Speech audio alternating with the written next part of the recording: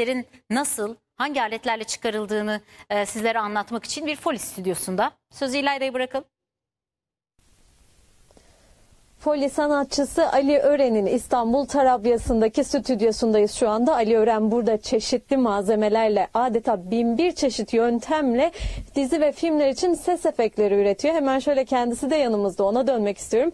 Efendim, Foley sanatını pek bilmiyoruz aslında. Neler söyleyebilirsiniz? Bu sanata nasıl başladınız?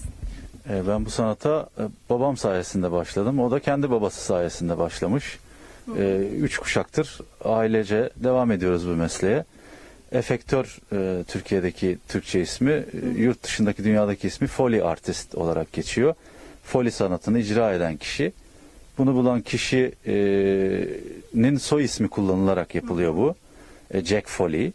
Ondan dolayı Foley deniyor bu işe. Ben de bildiğiniz